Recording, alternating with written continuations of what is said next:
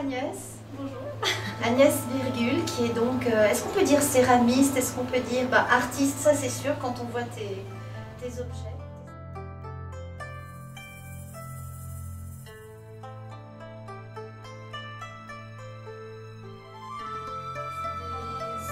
Des pièces que j'ai fait à partir de terre papier, ce qu'on appelle terre papier, qui est en fait un mélange de porcelaine et de papier.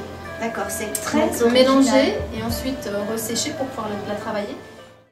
Moi j'ai la sensation de tenir un coquillage dans mes mains. Ça fait un peu comme de la nacre. Ouais, c'est magnifique.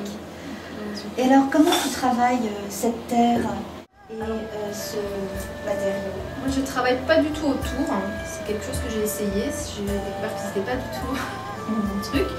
Donc je travaille la terre uniquement en plaques ou en travaillant la matière directement. Entre les doigts. Voilà, entre les doigts. Là c'est pas la fibre de coco que je récupère c'est fossilisé. Au travail. Voilà. Et après c'est des espèces de petits fossiles que je c'est très cuise.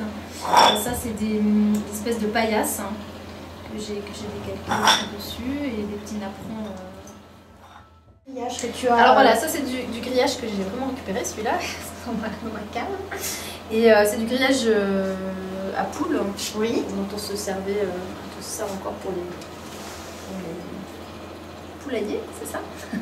Et ensuite je la recouvre de terre papier, qui permet aussi d'avoir moins de craquelures. Bon là, ça a quand même un petit peu craquelé, mais ça évite les gros cracks qui pourraient en fait détruire complètement la pièce si c'était pas de la terre avec de la fibre à l'intérieur.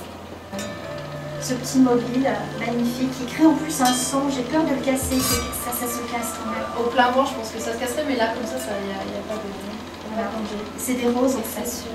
Voilà. C'est des roses. C'est ton nom, virgule, ça veut dire rose. Ça veut dire une rose en turc. Une rose en turc. C'est des bois flottés qui viennent de Turquie. Voilà. C'est très poétique en fait. Ben, merci beaucoup Agnès. Merci à vous. Merci pour ton travail.